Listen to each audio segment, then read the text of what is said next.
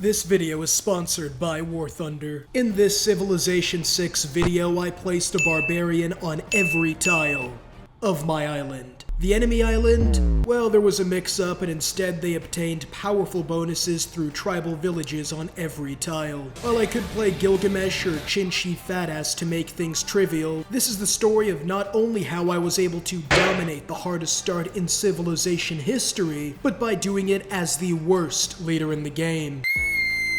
While we could chicken out with a diplomatic victory, here on the Civ Lifer channel we call that PAB behavior, and this taboo is a big no-no for masochists such as ourselves. Will we be able to survive the relentless barbarian onslaught? Can I find any use for Tamar? And most importantly, can I catch up to the massively buffed Deity AI? Well, smash that like button like you or any of the other 61 leaders up against Tamar and sit back as we enjoy the fruits of my torture together. But first, a word from our sponsor. War Thunder is the most comprehensive vehicle combat game ever made and is available now for free on PC and consoles, offering 3 distinct modes for different levels of realism: arcade for fast-paced matches, realistic mode, the perfect middle ground, strikes a balance between intensity and authenticity, while simulator mode ditches all guardrails for the ultimate challenge. Take command of over 2,500 tanks, planes, helicopters, and ships of 10 major nations, ranging from biplanes and armored cars of the 1920s to the fighter jets and main battle tanks of today. Immerse yourself in the intense combat of War Thunder, where incredibly detailed vehicles, realistic graphics, and authentic sound effects place you right at the helm of the most powerful war machines of our time. Join a worldwide community of over 70 million players in epic PvP battles today and delve into the breathtaking experience that is War Thunder. With an unmatched wealth of high-quality content to discover, there's simply no game better suited for fans of military history. Play War Thunder for free on PC, PlayStation, or Xbox now by using my link in the pinned comment or video description. For a limited time, new and returning players will receive a massive bonus pack across all platforms that includes multiple premium vehicles, the exclusive vehicle decorator Eagle of Valor, 100,000 Silver Lions, and 7 days of premium account. And so here we are, surrounded by various flavors of murderers and rapists, and while on most difficulties you do get a bonus to fighting uncivilized tribesmen, Deity is the exception. And so, surrounded on all sides by barbarians, we need a good start to prevent our turn 1 deletion. To do that, we settle our capital of Tbilisi on a hilltop, fortifying our combat strength and move our garrison into the city. Now, while I could send my warrior out to massacre the native inhabitants, it is generally a bad idea to attempt to stand on business against an entire race. By keeping him in the capital, we prevent him from getting jumped and allow him to attack on his own terms. But despite that, they still have more men than we have bullets. If they so choose to, they could storm my capital, since I can't stop all of them. But like Area 51, we don't have to. With our fortifications on the hill and our forced conscripts with poor equipment, the city is so strong that the barbarians don't even make an attempt, saving ourselves from a future fate of our preserved corpses decorating British museums, as we can now finally begin planning on how we are going to clear our island.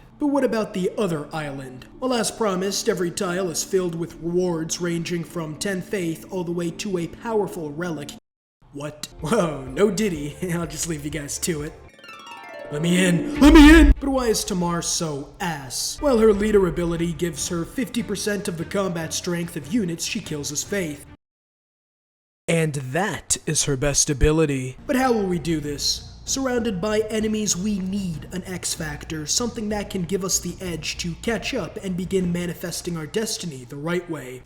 Need help? With his ability to avoid environmental regulations and chop more forests than are allowed under international treaties, we can create more units and settlers faster. All the while, his forced eugenics program allows us to construct settlers without losing population. With this incredible early game advantage, the Big Two and Tamar are faced with an unsettling reality. It's turn 25. They have no cities, and the Barbs are right outside, wishing a settler would. Without more cities, the rest of this game is hopeless, and so our heroes set out to get at least one to try and prove that the game is even possible. The first step is to clear out the barbarians and make a path for our settling parties. With aid from the southern city-states, we decide to focus our efforts there first, but they can't do everything. The issue is our warrior has to heal after just one attack. And with no combat strength, no numbers, and worst of all, no bitches, we are in an unenviable position. Firstly, a code of laws. With that, we instill discipline into our fighting forces, giving us more combat strength than the other side.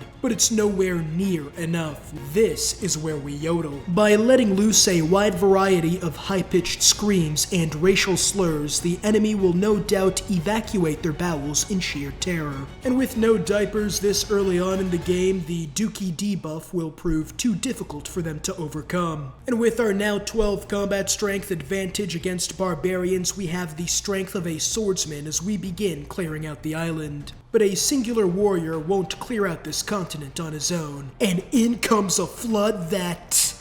well, maybe I should have played China after all. We're gonna need more troops after all, but with such pitiful production, that will prove a challenge. How do I get more? Well, through being praised as a god king amongst my people. Every time we kill a barbarian, we gain some faith. That's actually me. Shut the fuck up. Through this faith gain, we are able to convince everyone that by working slave hours for pitiful wages, they will go to heaven. And with that, we begin producing our powerful units in numbers, and best of all, by being viewed as divine, I finally got some bitches. But now we have another problem. If we leave the city with our warrior, the AI destroys it immediately. Even plugging in a slinger won't stop them, which is unfortunate as they are key to my plans. And I can't exactly switch out my frail slinger to face off against a Mortal Kombat ladder of Chris Hansen guest characters. So how do I begin clearing out the island when I can't even leave the city? Hey, wait a minute. I completely forgot. Barbs can't take your capital, they just raid it. And in their weakened state, our slingers finish the job. You know, if we had pointy sticks, I bet the aerodynamics would shut the fuck up. A few turns later, I get a call from a fellow leader. Why are you not killing any? Do you not see my predicament? We can't just stay around our city, we need to project force. After researching walls, Tamar's ability lets us build them in 6 turns? Okay, Tamar's doing something at least. And with my rapid manufacturing of walls, we can now attack anything in a 2-tile radius. But before you start planning out that massive empire, the walls don't do much damage. We need to fix that. You know, if we had pointy sticks, I bet the aerodynamics would make them more effective. That was a good one. With our new bow and arrows, my ranged slaves have learned that attacking with arrows is significantly more effective than chucking a few rocks at the enemy's location. And when we learn that the ranged advantage sticks with you even outside city walls, well, you can just call me P, cause you don't even have to ask, did he do that? Why have you not killed any barbarians yet? What, you only get a hard-on against innocent women and children, you rapist? Surprisingly, an opinion not shared by many in the ancient world. I guess that part wasn't exactly necessary. With a path opening up, maybe now we can send out our first settler. And not unless I want to turn a tragedy into a statistic. Even with an escort, it takes grueling fights to cut through the resisting barbs and city-states. But after our trial, we are finally able to settle our second city of Gory. Yes, it was. And after such a massive success, where at times even we thought it was looking hopeless, we realize, oh, we may just have a chance after all. But while there may have been hope, we are still in a suboptimal position. In order to keep up with the massive advantage the AI has, we need to settle more cities than usual, faster than usual. But is 20 cities by turn 150 even possible? Well, if we want to win, we'll have to find a way to fill out this entire continent. But how do we do that? We can't exactly spam build settlers, since even with a 50% production boost, it's going to take our second city to the next ice age to complete walls. There is another way to spam produce settlers. It's the classical era, we're in a golden age, monumentality is available, and now we can finally make use of that one ability Tamar has that is actually pretty good. Using her faith to spam buy settlers. And with that roundabout way to get free settlers, our expansion can begin in earnest. And to make things better, we get insanely lucky and find a relic. And while we could keep this and further boost our faith generation, this luck goes against my goals of winning this game with a dogshit civ and no advantage, as even Tamar with a relic is better than average. Which unfortunately falls under section 2 of the PAB behavior rule. And at least we'll be able to make bank with this relic. Hey, who wants this treasure chest? Oh, another one. I'll give you 1 gold for it. But population isn't the only thing we need for this game. We have to produce our own goods and services in order to boost our yields and economy, giving us the gold, food, and production to not only build more settlers, but to also construct the buildings and units we will need in the future. But how can we develop our empire when these hooligans run it at Mach 10 at even the possibility of another sex crime? We need to launch a northern offensive and create a border, but with their base being far away from where we can project our power, it will take far too long. If we can't bring the barbarians to our city defenses, we'll bring our city defenses to the barbarians. With our new encampment, we now create a zone of control which proves detrimental to anyone who hasn't taken a shower this month. And with more of our units pouring in, we have a chance to break the strength of the barbarians west of the Alps. And with our expansion, we have even more people than ever, and thus a new form of government is needed to replace our chiefdom, especially since people aren't exactly following my every word anymore. As the Battle of the Western Alps rages on, we realize early on that this won't be a stroll in the park. There are just too many of them to do that. Instead, our leading officers decide on using the rivers as a natural defense and pelt the rangeless barbarians with arrows all along the front. Through this immediate area where barbarians die immediately from unnatural causes, we keep pushing in, but the lines end up thinning out, and if the barbs counterattack and break through, we'd be fucked. And just as I decide that we may have to stop here, sounds bitch made. I may need to experiment a little more. After some prodding, our scouts realize something. Barbs will only attack you if they see your unit.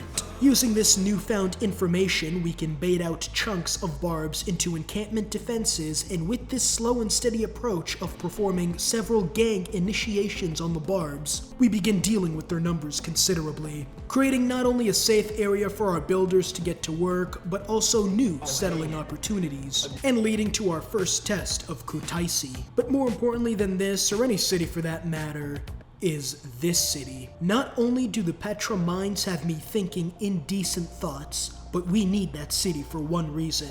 A reason that will no doubt make or break our game. But before we can do that, we need a clear path. And with our current struggles, we can only send about 2 archers out east. This will take a while, but with a new center of operations in Makiva, they have a place to heal and plan out new operations, thus guaranteeing future success. Probably. And with those preparations for the Eastern Expedition complete, we can now focus on the more pressing front. Gentlemen, we have the opportunity to do something great. If we can push the barbarians past that mountain range and replace them with our own settlements, we can stimulate economic activity and thus an extension of the golden age for our people. Just focus on clearing those barbs. Tamar's faith will take over settling duties.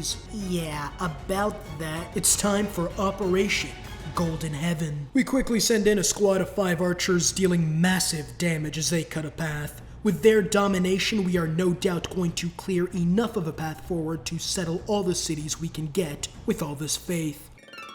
We don't have enough faith. And with that, we can't even chain golden ages. You know, the only thing you can do with Tamar? This is bad, as without those extra cities, we are struggling and far behind where we normally are at this stage of the game. You look tense. Have some water. How do you have plastic bottles? It's turn 74. And Sumeria has 176 science. I'm at 17. Carl Malone wouldn't impregnate that! I need to find a way to catch up and fast. I need all hands on deck technologically, focusing on campuses around the Empire as we forego settling for now. But even after abandoning our 20-city plan to settle the continent, there is still one more city we desperately need in order to stand a chance. Without our city spam and Gilga Daddy taking the game by the throat and doing what would make Julius wake up with a wet spot, we abandon our golden age in favor of more science while sending our last settlers east to get the Petra. But before we can even begin to settle our saving grace, there are still natives to be exterminated. But with such limited time to launch the offensive, we probably need to update our army. And while we could pay contractors for their services, it is much cheaper to force them into factories against their will. And thanks to the production boost from the World Congress after convincing other leaders that it's not slavery if we feed them, we now begin amassing low morale recruits while, more importantly, learn that armor-piercing bolts are more effective than arrows. At the same time, feudalism has been unlocked and we can now use slavery with extra steps. With this new method of squeezing out more work from our builders until they collapse from heat exhaustion, we ready our armies as it's time to launch our offensive. Gorgo captured Vilnius. We all need to unite against her tyranny. No, thank you. Those crushing thighs could be used for CPR chest compression. Wait, no, I miscast my vote. Soon after, my scientists have sent word of a discovery, calculus, and somehow that allows them to irrigate the desert with a giant castle. And only 400 turns after Gilgamesh. Yeah, we should probably get that city settled now. Using our new crossbows and the convergence of both our armies, we begin massacring the Barbs still stuck in the Stone Age, clearing out the Petra area in the process. While the hills and rivers make defense easy, it makes offense just as difficult. But as we park our settler right on the tile, disaster strikes. Does it ruin our game? He survives, the chosen one, as we finally settle the city of Bitch Lasagna. It's Bitch Lasagna. Finally getting to work on the Petra, but it will take a long time to complete. While there's no doubt whether it will be worth it in the end or not, the issue is, can we succeed in getting it before anyone else? The Owls of Minerva will help us in that regard, as with another economic slot, we can increase production to wonders. Not only that, but everyone knows the best friends you can make are in college, RuneScape, and death murder cults in that order. Let's see what other leaders think. After succeeding in building some science buildings and the Petra city, me and the boys looked to see if we had closed the gap with Gilga. Guys, I don't think my heart is beating. Despite our best efforts, our current number of cities are nowhere near enough to catch up to Gilgamesh. We need to come up with a plan to build more cities, and fortunately, I have just the one. If it works, I can prove that even Tamar can be used somewhat effectively, and more importantly, prove that I'm more than a broken Civ merchant with the ability to win even with someone whose family tree hasn't forked in generations. If we get a Renaissance-era heroic age, we can go monumentality, and with our stockpile of faith can insta-buy all the settlers we need to win. From there, we can chain golden ages for the rest of the game and secure the all-important Heartbeat of Steam dedication, the best one in the game. But as we race to find new ways to improve our era score, the worst thing possible happened. And the red ring of death appeared on the era tracker. We have 10 turns left. This is too early. Something had to have happened. And I was right. Gilgamesh was now making 300 science and doubling up my number of techs. And try as I might to do anything to help us at least acquire a normal age, it was simply too late. And as we enter the Renaissance, our last opportunity to make use of monumentality exited stage left. And like that, the game is just about over. Tamar, who was supposed to be able to chain golden ages, can't even get one. Whatever good impression she left earlier had completely and utterly vanished, and unfortunately for me, civilization lacks a god of war, abandon your daughter QuickTime event to switch civs mid-game. But more importantly, I came to the realization that I may be a broken civ merchant after all, as despite the early start we overcame, we had nowhere near the amount of cities necessary to outbase Gilgamesh. But despite our predicament, despite facing worse odds than the Detroit Pistons trying to win a basketball game, I decided against restarting. I still have to prove that I can win with what should have ended up splattering at the end of a condom at terminal velocity. And even if I can't win with someone who managed to slither out of the abortion bucket, I might as well try to get as close as possible. And so, fuck it. We ball. With the Barbs no longer posing a threat, all we need to focus on to complete our task is science. And while we will never overtake the AI technologically, it's not the only way to win a science victory, and I have a plan. And this plan that will save our game all starts with the Petra. Firstly, we need to at least maximize our science numbers, and so I empower the Merchants Guild to earn enough money to enact my plans, as our science begins climbing slowly at first, then a little faster as we purchase and build multiple science buildings. Through this mass patronage of the sciences, we obtain enough to potentially have a chance, and that's all we need. I have a plan. And I'm gonna need you to do it. You see, despite her dog shittiness, Tamar has had more use this game than I would have cared to admit. I've already committed to playing this game to the end and proving that I'm more than a broken Civ merchant. And now I realize that the only way I can even have a chance of doing that is to play around Tamar's, admittedly ass, abilities. The goal is simple. We need a heroic age, and if we get one, this game might be saved after all. But this will only work for Tamar. But before we can enact our mission, the Petra is finally built. And so it's all hands on deck, purchasing every building I can get my hands on, using the slave force of builders to enlarge the city as much as possible. Rome may have not built in a day, that's true, but bitch lasagna was. Increasing its population, science, and most importantly for this game, the almighty yield. You see, you don't win a science victory with science. After all, you still need to build all the space parts, which are expensive, taking upwards of 60 turns in some cases. You win a science victory with production. And so somehow, by placing a palace in a special rock, this arid city now has the population of New York and the production of a Gilded Age factory where labor regulations are a foreign concept. We are back in the race. And during one of our high-stakes meeting, a strange man tweaking on crystal meth approached us. Come on, give me a job, I need the meth. Here, go to this hollow halfway across the globe and fucking spin the block on the first grizzly you see. But to further maximize production and yields, we need the technology that boosts everything. Industrialization. Why is that such a key technology? Well, by using coal, we can empower power plants. And what do these power plants do? Increase the energy of your city, which in turn increases the yields of all. Wait a minute. Where's the coal? This is bad. We need coal, but it's all located in the east. We have to send in the settlers, but the Barbs will still take a long while to beat. Is there no way we can defeat them quicker? There is. The Kevser, a unit we built earlier for this occasion. But why are they so strong? Well, not only do they have the combat strength of a man-at-arms, but they also have a movement bonus on hills. And due to our time constraint, we need forces on the front line ASAP. And so, by arriving faster than even a horseman, we can begin obliterating the Barbs sooner. And a glorious massacre it was. The Barbs could have said they were 9, and whether the Kevsers spoke English or German, neither would have stopped them. Tamar might have some decent tricks, after all. Hey, I've developed a scientific theory that will revolutionize science and have engaged in metal casting.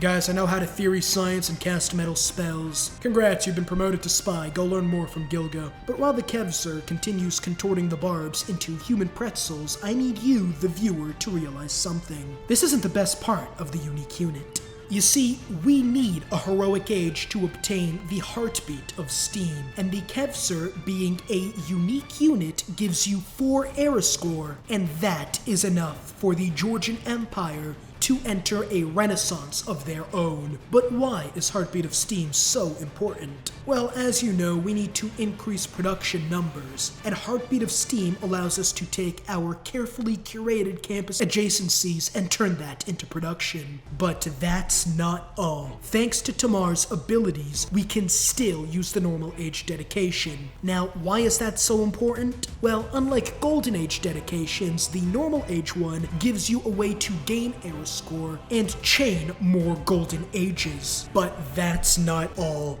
This is a heroic age, and so I can pick 3 different dedications and thus 3 different ways to gain era score, essentially guaranteeing a second Golden Age. And do you want to know what dedication is still available for the next 2 Golden Ages?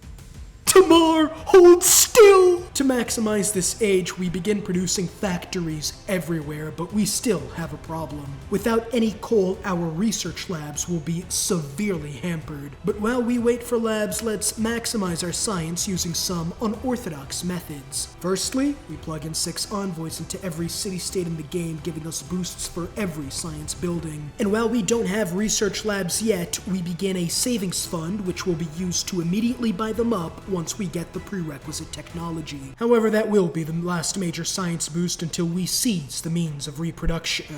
That's Caesar's speech. Means of production. Speaking of which, do I want to start an emergency against Caesar? Are you crazy? He almost has as much science as Gilga. I've learned the secrets of nuclear fusion.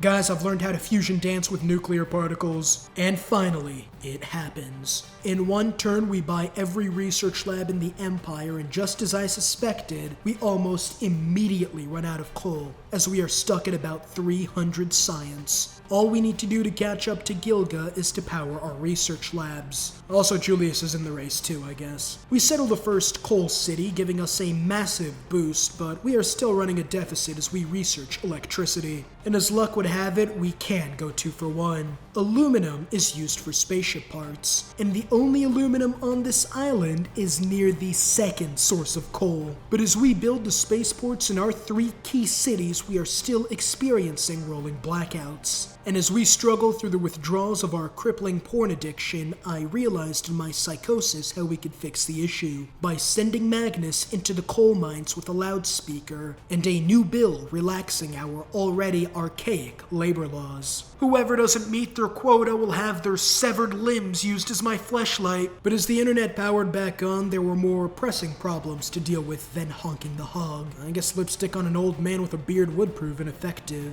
Oh, what was that last technology you was talking about? Something about Dragon Ball? But as I pay attention to Gilgamesh's science numbers, I realized something disturbing. Caesar is ahead of Gilga? I was so distracted I completely forgot about the Roman rapist. And as I black out, I realize I made a grave mistake. A few turns later, I awaken with my anal virginity surprisingly intact. And that's all thanks to Gilga, who along with Wilfred and Ludwig have invited me to the Rubicon Initiative, planning to take out the new top dog in the near future. And with our second straight golden age, I may have found a way to do it. With our second heartbeat of steam and all the science buildings, I send most of my city's hefty campus grants to increase science and attract scientific minds. But Caesar isn't sitting idly by twiddling his thumbs and eliminates one of the city-states, taking out the ladder after he made it to the top. But even still, I have my trap card, the Petra city and its Earth satellite in 6 turns, a number that can be improved by switching over to oil power. This is going to be my key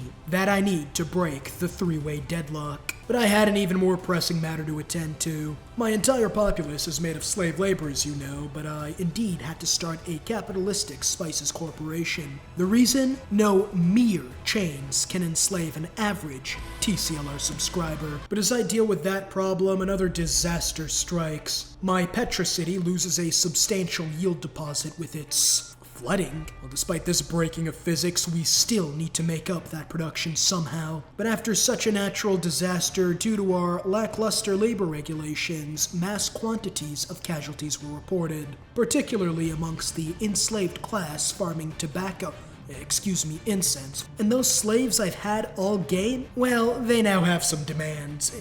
Hey, wait a minute. Perestroika, kill capitalist scum, hail Stalin, Ukraine for motherland. He's one of us! With the massive production and science boost from communism, we land on the moon, catching up to the other 2 leaders. But the problem still remains that they have a massive tech advantage. And that tech lead came back to bite us, as after securing the Mars colony in a 3rd straight heartbeat of steam, it was revealed that Caesar landed on the moon as well. That's fine, he was behind Gilga all game, no shot he goes exoplanet yet. Let's celebrate this brief respite with a trip to the World's Fair. And during this lull in hostilities, I realized something. Despite all of this, everything we have gone through in this game with the Barbs, the terrible Civ, the lack of early development, the AI advantages, we are one of the 3 Civs who was able to make it to the end. And whether in victory or defeat, there is still one certainty. I am skilled enough to win even without OP Civs, and am a broken Civ merchant no more. Where are you? Spreading communist ideals, of course. Caesar started the exoplanet expedition. This is bad. As he nears victory, the only hope the world has is to unite against him. I attempt to counter by soon after launching my own exoplanet, but we are behind greatly and need the spaceship boosters. But as I continue scrambling to increase my science numbers, we finally catch a break. Caesar attacked Gilga, and while they beat each other up, we can focus on science. Allies to the end, are we not? Friend. If we stay still, maybe he won't notice us. But none of this matters, as Caesar has put the final nail in the coffin and has begun hammering away. Despite being over 30 turns away from my own booster, Caesar is traveling now at 2 light years per turn. It is over. No, not yet. Oh yeah, this will work. They have 4 spaceports. If we can delete those, then we can catch up.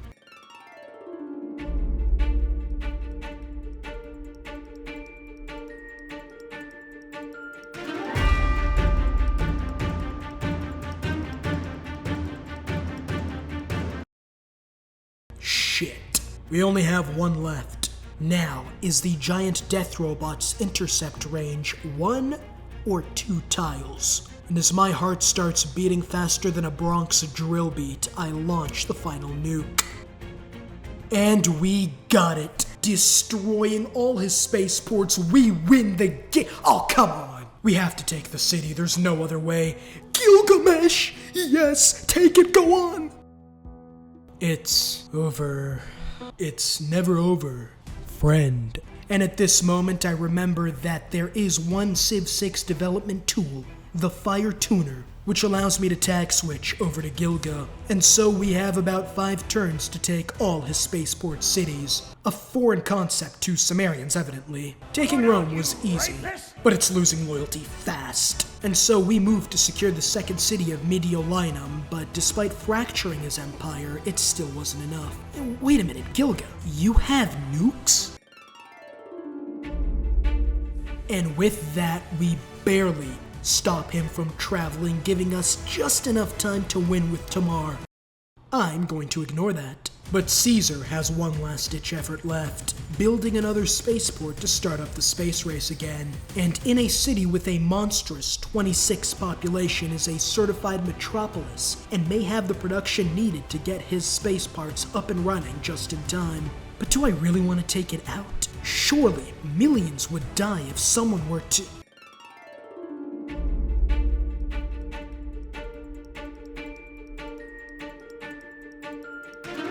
But with Gilga also on the exoplanet, and no doubt possessing boosters, it's what I thought it would be 50 turns ago. A one-on-one match against Gilgamesh. Queensbury rules. So how do we ensure victory? Well, thanks to our previous build-up, Gilga might have the science, hell, he might have more total production than all my cities combined. But he doesn't have the highest production city. With the 2 great scientists we carefully selected from the research grants, we get 20% and 100% production boosts to spaceship parts. And thus, this is where the Petra City and all its glorious production comes in. Building the booster in just 1 turn each, we don't even need other cities. And as we leave behind the not quite scummiest Civ 6 leader and blast off into space, we take pride in winning a science victory and overcoming the handicap Sid Meier had to offer. But what planet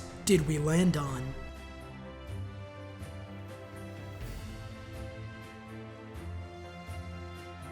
So he's better than you?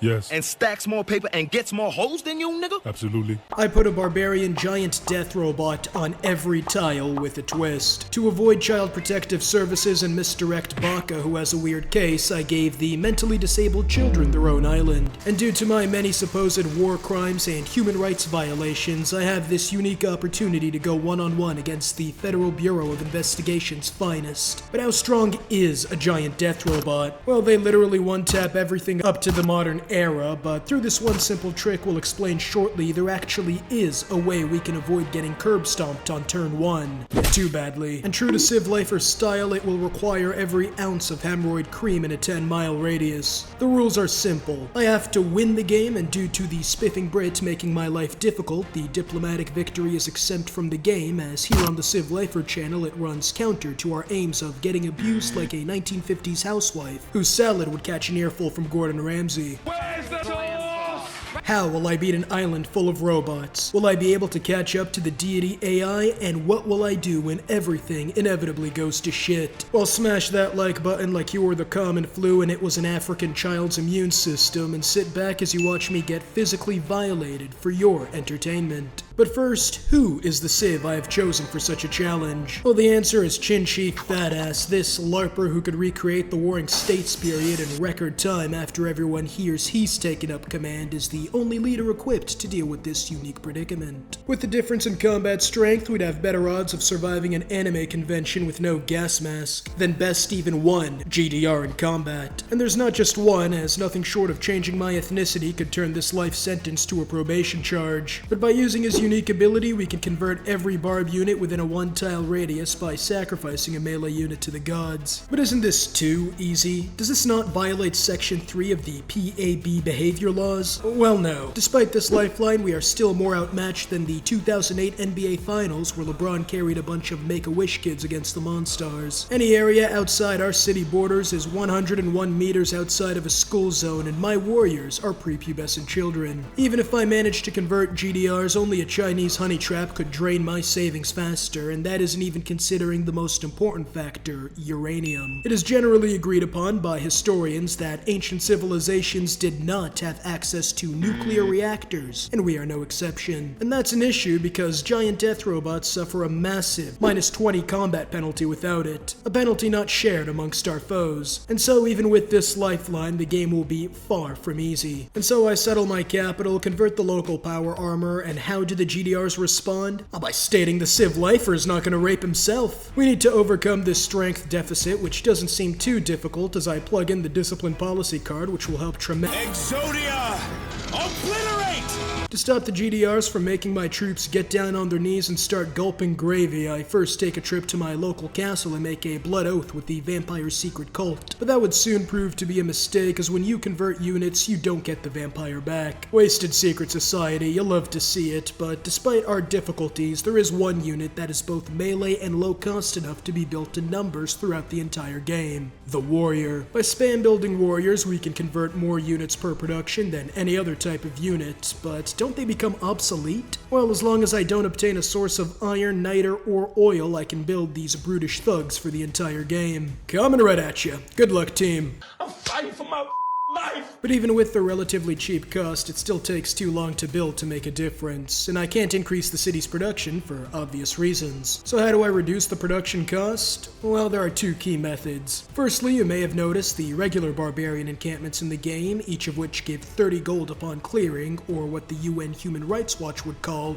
ethnic cleansing. And by clearing 6, we'll be able to afford the 160 gold needed to purchase a warrior, and with about 5,000 camps on this island, well, money isn't exactly going to be an issue. But there is a flaw in this strategy, as the GDRs I convert tank my economy, leaving me unable to buy nearly that many. And for some reason, I actually have to pay them. Yeah, I should have committed genocide or engaged in slavery. Fraud is apparently where Firaxis draws the line. And this is where the most important policy comes into play: Ago-Gay. The 50% boost in melee unit production aids us greatly as it pushes my production into overdrive, giving me a new warrior every 1 to 2 turns. And while we will have no shortage of warriors to convert, this strategy still has a crippling problem. And what better way to explain why than after getting that 5 Barb convert nut factor and sending their warrior to spin on the GDR. Not to worry, thousands of years of evolution has rendered him perfectly optimized for combat in this environment. Right before the GDR made the warrior use its cock as a musical instrument. North Sentinel Island would have better odds at halting a US invasion than us at this point. With the next DLC of the Epstein list seemingly having it out for the southern city-states and my warrior chained to the city, I have to remedy the situation. And to do that, I am going to masturbate. By sending in my low-health vampire or GDR, the futuristic Ford F-150 see a toddler crossing the street and close in at Mach 10, allowing us to convert them to outstanding citizens the turn after their infanticide. And with that, we have a viable strategy to convert GDRs without leaving our cities, at least until we clear out the immediate area, allowing us to survive the early game, but surviving is not the name of this challenge. And my abuse is far from over, and as I witness Chin sacrificing more of his units to the gods, convincing the nearby Barbs to convert, I may just have an idea. But first, I need a larger empire to enact my plans. Why are you not expanding? I mean, he's right, but this has to be a joke, right? With how far we are going to be behind and how last game's almost dealt in an easier situation was nominally due to our absolute failure in producing enough cities in time, we're going to need to focus more on manifesting our destiny in this game. And there's no room for natives in our soon-to-be ethno-continent. The strategy is simple. After obtaining enough faith, we secure religious settlements. This free settler is an extra city early game which can theoretically double our yields and warrior production for easier conversions. But just one other city is going to be nowhere near enough, and so we need to find a way to sustainably obtain as many as 20 if we are to stand a chance. Thankfully, we have a few more tricks up our sleeve. But before we can do that, I realized something rather important. How are we going to settle these cities? And at that moment of consternated despair, I smelled an opportunity. So how do we clear these camps? Well, even a GDR without enough uranium to power it can, ironically enough, move at full speed. And warriors and horsemen are not commonly known to have historically been capable of penetrating aluminum alloy, allowing us to clear upwards of 2 to 3 camps in a single turn. And through this stealing of GDRs and blitzing their camps, not only was space created, but we could safely activate the other Barb GDRs as sleeper agents who would come to my city with a list of demands. Before Chin's sacrifice convinces them to switch allegiance, and with this reliable strategy to create space, we would soon be able to send in our settlers. There's a problem. Even settlers might not be enough to win a science victory, and culture's out of the question, so as I scramble to think up a plan to win, I find myself on the Great People screen and realize no one's making any great profit points. I think I might have a plan. But even with a plan, yields still need to be made either way to advance society, and one way to do that is through alliances. By becoming friends with Germany and Greece, we can later on found alliances for every single yield, and through a massive trading fleet can sustain our economy on trade route espionage alone. As long as we're able to make at least 4 friends for 4 yielded alliances, so how do I plan on getting 2 more? Well, for now, the others are lukewarm, but Pack-a-Cutie will come around soon enough. He's from South America. He'd have positive things to say about Iraq if he went there, so I'm sure our Chinaware will be able to convince him soon enough. Unlike one problem, Civ, I will tell the world who you truly are. A victim? Man, I sure wish I had control of multiple vehicles in the most comprehensive vehicle combat game ever made. With the area now clear, we have to claim it for civilized tribes, and faster than late game, as that was our Achilles heel. And the way we do that is the same method as last game, ironically enough, a classical era golden age, but this time, I'm not going monumentality for easy settlers. Why? Well, there is one not often picked dedication that due to today's circumstances is much better long term. Exodus of the Evangelists. Due to every other civ spending their time on r/atheist before gooning to underage cartoons, we guarantee ourselves a religion. But how does that help us? Well, by selecting 2 key religious beliefs, we can send our faith into overdrive, allowing us to settle more cities quicker in the ensuing medieval era golden age. But that does beg the question, doesn't it? With a golden age now, the next one we need is significantly harder to obtain. This simple fact is what brought my downfall with Tamar last game, whose ability specializes in chaining golden ages. So if I couldn't do it with her, well, what's the plan now? Well, first tell me, what do you notice about this game that is different from this one, aside from the robots of mass destruction? That's right, Barbarian camps. These camps not only give my economy a boost with 30 gold, but clearing camps within a certain distance of your cities gives you 3 era score, which means I will never not be in a golden age as long as I keep clearing Barb camps. But as I scanned the map for camps to destroy, the worst thing imaginable happened. No! The city-state died? Losing cities to giant death robots is how an ancient religion would Hey, wait a minute. That's right, unless you bow down to my religious beliefs, these robots will come after your family and way of life. Tell them, Lao Tzu. But we have a problem. In order to place our great prophet and obtain our 2 necessary beliefs for this game, we have to clear out an area for a holy site. But the problem is, if it gets pillaged or occupied during construction, we won't be able to build or found a religion. And with holy sites taking longer to build than a wait at your local DMV before the employee tells you that you forgot to bring a copy of the Declaration of Independence, we have to clear the area. And so at the cost of thousands of lives, we clear out and place down the safest holy site we can. It will take time to build, so can we defend it in the meantime? And with our religion set up, the Barb GDRs dealt with as best as can be reasonably requested, it is now time to enter phase 2 of our plan. It's turned 70, and looking at the map, there are a lot less GDRs than at the start. The Barbs went from Super Saiyan 3 to Stormtrooper in less than 50 turns, and now it's finally time to exploit that. We will use our GDRs against the primitive Barbs who lost access to their Robotech and turned their insides into outsides. And with all these camps cleared, we not only secure more gold, but also the second golden age, and with all this it looks like we need a little more faith. And right on time, we finally complete the holy site and found our religion using our people's fears against them. But what are these 2 key beliefs I alluded to earlier? Well, the first is the Warrior Monk. This is another melee unit specialized in advanced fisting techniques we can purchase with the one resource we haven't made use of yet. Faith. And while you wouldn't be blamed for thinking effective fisting technique is enough to convert any GDR, I didn't build one. And that is all due to circumstances we'll get into later, but unlike the Warrior Monk, the second belief was imperative to our game. The religious building that gives the most faith in the game, the mosque. With this religion founded, we begin generating all the faith we need as long as we secure a 3rd golden age in the Renaissance, which is all but guaranteed. But before you plan out that massive empire, we first need a test run. Sending in our settler in what is the most critical part of this game. Unlike our capital, we can lose this city through a Barb GDR who sees the word no as a green light. So we have to ensure it's in a safe position and also doesn't get captured on the way. Thankfully, the World Congress gives us a hand. The 50% production boost to units allows us to always build warriors in one turn. And with that, we settle our second city of Chengdu, showing that even on this map, we still have a shot. And during that time of high-tension city settling, our GDR was going apeshit on the Barb camps. And while we could take out their boats, they're too far away to hurt us, as we leave them for more pressing land units, because surely they can't ruin our game later.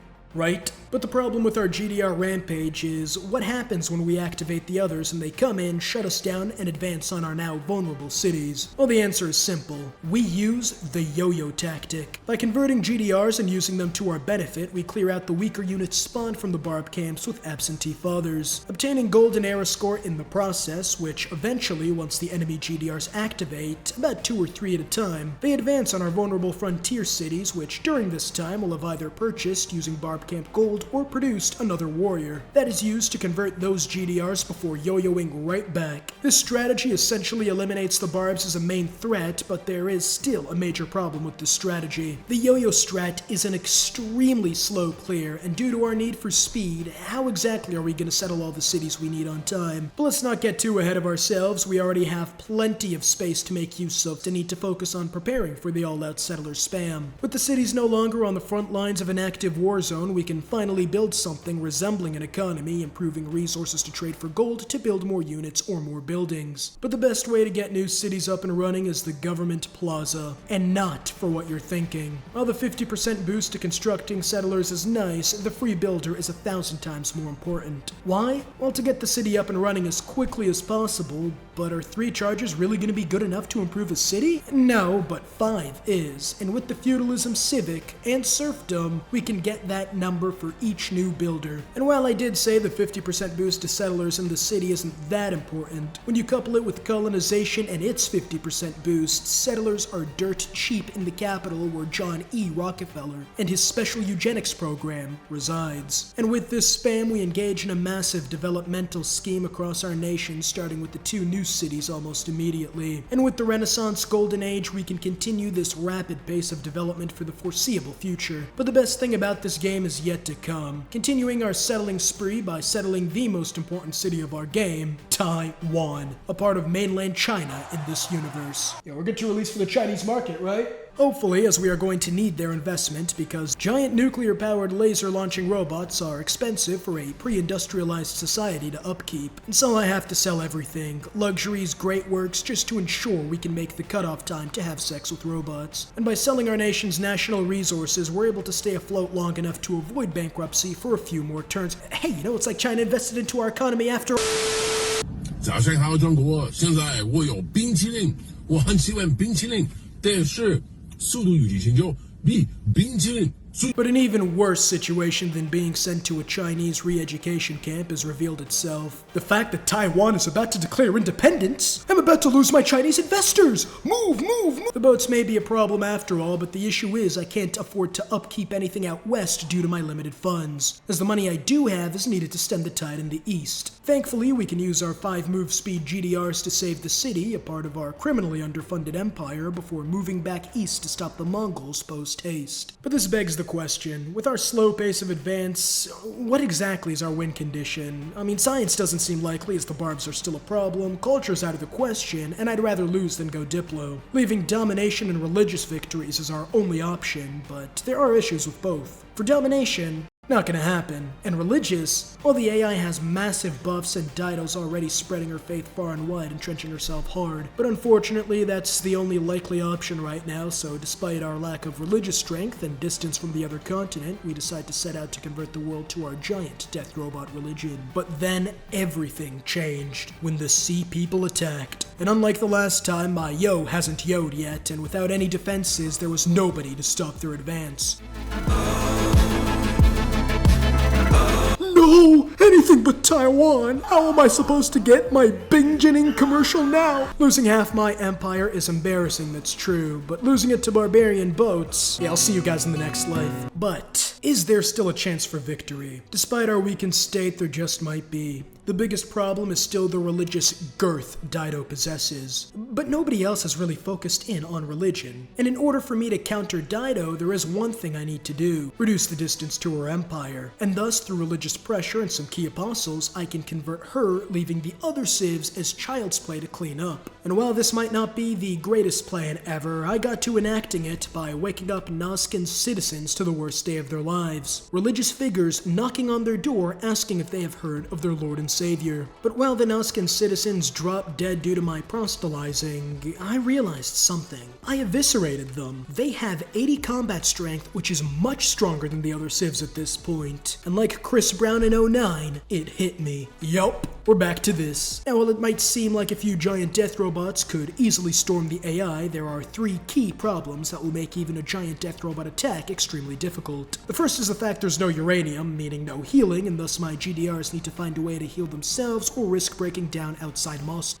Rome. The second is that it might be easy to take some cities early on, but keeping them is an entirely different story thanks to the loyalty mechanic, especially as all my golden ages catch up to me, and I no longer gain the loyalty bonus from having a golden age. And finally, this conquest will take about 100 turns, and at that point, the AI will be closing in on the information era and can have modern armor, planes, and GDRs of their own. We are on a timer, and have to spend the next however many turns preparing to near perfection while we wait for shipbuilding to cross the ocean. But what about the cost, you might be asking? I cheated. First things first, speed is the name of the game, and thus I have to boost shipbuilding. But where will I find a few boats that I can convert with nothing more than, say, the production of a warrior? That was easy. It's now time to plan our operation, Sunset Invasion. I will use 2 GDRs to defend my homeland and give me an opportunity to pivot to a religious victory if I get stalled halfway through. This will make things more difficult as 4 GDRs are left for offensive operations. The AI won't stay weak forever, so we have to take the minimum amount of cities, 5 capitals for the win, and enough cities to keep those capital cities loyal. And we have to avoid getting bogged down in any way, as if we do, then the final boss of this run, a Minotaur, yes I know, don't let her photo that could be used to torture terrorists fool you. She will be able to catch up technologically and crush us with her superior cities if we aren't fast enough. And with our plans finalized, we set out to conquer the second continent, which is more bountiful for obvious reasons. You might be thinking thinking with their fraction of combat strength compared to my GDRs, we would be able to resize the rectum soon enough, right? You're wrong.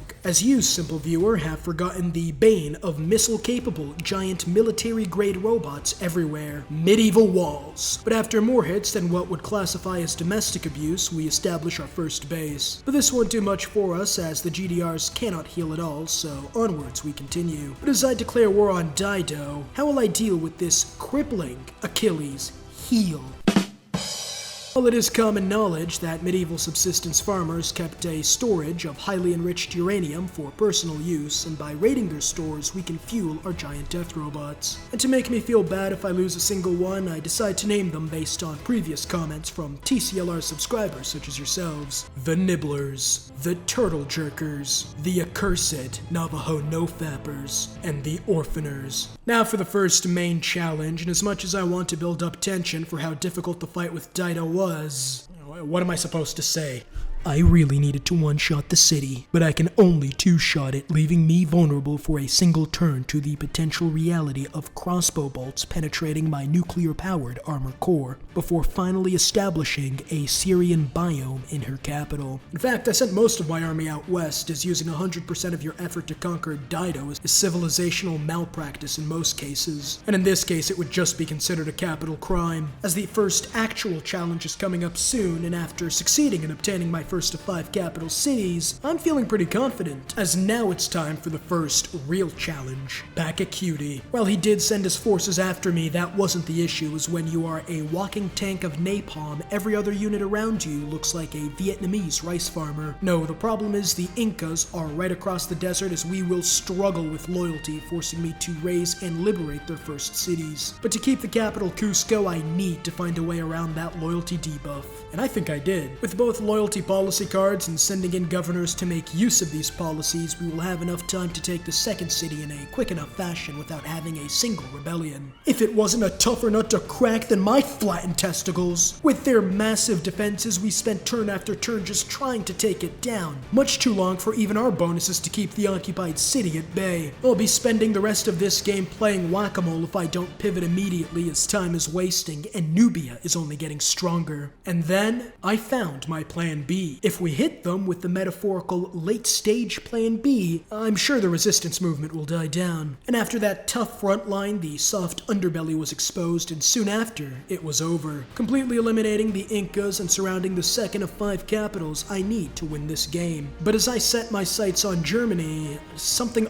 awful happened that could ruin this game. A dark age. And guess who got a heroic age? But what makes this particularly challenging is the fact that we will be slowed down tremendously, as whichever civ we go after, the other will mop up its low loyalty cities, getting both stronger in science and military production. And with more cities means more loyalty, causing a cascade of rebellions that can undermine all my conquests. And with Nubia taking off, time is running out, especially since there are no reinforcements coming in. I send in units to convert, and I'll awaken a long-forgotten evil that will go apeshit on mine and our Eta Psi. So yeah, about that lack of uranium, my people discovered it before the steam engine. And now with slightly stronger units, it's time to go after Germany. Magdeburg was easy, but Hamburg was not only a different story, it was a fortress. Even after taking Hamburg, the other cities were just too strong, as my cities kept rebelling. And soon after, I couldn't resist the urge of the ghost of Warlord's past taking over my body like the symbiote. If there are no people left, then there is no one left to rebel. As you can imagine, that didn't go over too well with the international community. You are Adolf Hitler. You are Adolf Hitler. You are Adolf Hitler. And now for the war with Trajan, our most difficult opponent yet, as with his new heroic age in my dark, I need to blitz all his cities. But you see, that will be impossible, as his cities are at 94 combat strength and with urban defenses. If medieval walls stopped my GDRs earlier, my robots to urban defenses are like a deer standing on business in the middle of a highway. And while that city fell and Rome was closing in on capture, we were met with rebels, mainly due to my previous ethnic cleansing, not exactly exactly endearing me to the world's population, it seems. I decide I only have one hope to rectify this mistake, by splitting my army into 3 and taking all 3 cities at the same time to improve loyalty all around the empire. And all was going well, until my mouse slipped. Uh-oh. I need to stabilize the situation fast, and while Lugdunum was fairly straightforward, Mediolanum is a fortress with mountains, hills, and 104 combat strength. On a side note, why do all these Roman city names sound like a villain in a Sherlock Holmes story? But all I have to do to beat him is to hold on. And as my own heroic age came in, I finally caught a break. With loyalty no longer an issue, we are able to take the rest of Trajan's still mighty cities, and in our peace agreement, we settled for nothing less than the clothes off his back. But as I look around trying to determine my next target, I see that Nubia's looking monstrous. Will I be able to get to her before she becomes impossible to beat? But let's not get too far ahead of ourselves, as we have to still take Aachen from Pericles. And as an emergency coalition was sent out, I smelled opportunity. After joining the coalition and putting our beef with Frederick aside, we liberate Aachen. Well, more like new management, as we gain the 3rd out of our 5 needed capitals. But Pericles' core empire, unlike Aachen, is going to be much harder to take. And none was harder than Sparta. But why not go for Nubia first, you might be asking? Isn't she gonna get stronger? Well, without access to an elephant rifle, the only way I could take down a Minotaur is by sniping her capital. And by going for Pericles first, I can do just that. But for now, let's take a look at their capital, Athens, and separating it from Rhodes is a massive unsettled desert. If we can take Sparta and Athens, especially in a heroic age, holding on to this capital will be much easier. And with 4 giant death robots breathing down their industrial era army, the 2 cities were made quick work of as we establish a peace deal with Pericles. And before a wrench was about to be thrown into my plans, we have to move fast. If the next era comes and we're in a dark age, we lose Athens, and the chain of loyalty will eventually lead us to losing all our hard-acquired gains. And with just 1 capital left to go, we can't go through the normal route to eliminate Nubia. We have to get creative, deciding it's high time to send in the Navy SEALs, and so the Nibblers, the Turtle Jerkers, the Navajo No-Fappers, and the Orphaners are all sent across the ocean in a special military operation where we will snipe the last capital we need. Arriving outside our sea borders as we are almost ready to launch the operation, we just need one more minor bonus. I'm wearing this outfit because I really don't want to test YouTube on the issue. And with Registeel finally being sworn in as Führer, it's finally time for the climax of this video. Will I fail, or will I come out victorious? As our Axis Goon Squad storms the beaches of Nubia with the Dark Age closing in 10 turns from now, we have about 10 turns to take her capital. She, in the meantime, is closing in technologically, achieving flight, which increases her city's strength and ranged attack to well over 120. This challenge will be our toughest this game as we move through her empire, taking concentrated fire from modern units on all sides. By pillaging the local farmers' uranium supplies, we are able to hold strong, but the supplies are not infinite. Eventually, however, we make it, shelling the outskirts of Miro where a Minotaur's court was located, but it is taking almost no damage even with our cheap buffed GDRs. To counteract this, we surround the city so it can't heal and dig in for a battle of attrition. But as we chip away against it, so do they against our GDRs. And finally, as we're both a fraction of a percentage of health away from breaking on both sides, the Dark Age dawns upon us. We need to end this now, no excuses. But with our units near 0, this might not be enough. A stalemate means there is a 50-50 chance we take this city and a ranged attack does little to damage city health. And so, is this over? No, but the only way out is to make a sacrifice play. This noble sacrifice did not go in vain, as we finally take the 5th capital out of 5 and win a domination victory. And so, despite our early game handicap, the Deity AI stood no chance against our genius and against Turtle Jerker's sacrifice, and also the cheats. And as for our next challenge, will I be able to beat every Civ 6 victory type in less than 5 hours? Once again, thank you to War Thunder for sponsoring this video. Don't forget to play it for free on PC, PlayStation, or Xbox now by using my link in the pinned comment or video description.